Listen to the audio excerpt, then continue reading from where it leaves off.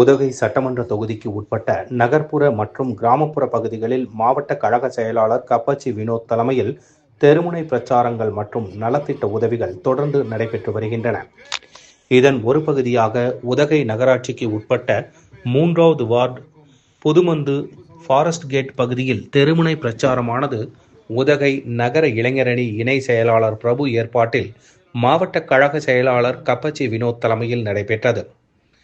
அப்போது உரையாற்றிய மாவட்ட கழக செயலாளர் கப்பச்சி வினோத், உதகை நகரத்திற்கு கடந்த எடப்பாடியார் ஆட்சியில் நிறைவேற்றப்பட்ட கூட்டு குடிநீர் திட்டம் மூலம் குடிநீர் பிரச்சினைக்கு தீர்வு காணப்பட்டது என தெரிவித்தார். மேலும் அதிமுக ஆட்சியில் நிறைவேற்றப்பட்ட திட்டங்கள் குறித்தும் மற்றும் திமுக ஆட்சியின் அவலங்கள் குறித்தும் மக்களிடையே எடுத்துரைத்தார். தொடர்ந்து 1000 ஏழை எளிய மக்களுக்கு நலத்திட்ட உதவிகளை வழங்கினார்.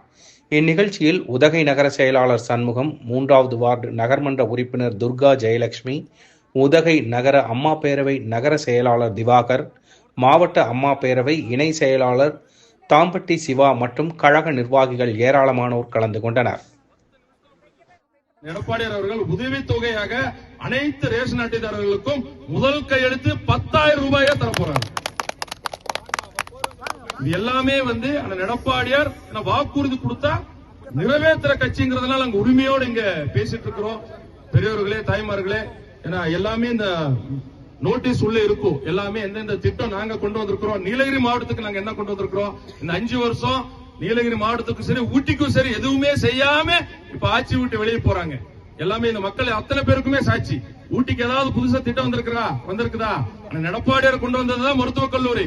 புரட்சி தலைவர் அம்மா அந்த காலத்திலே கொண்டு வந்தது ரோஜா பூங்கா.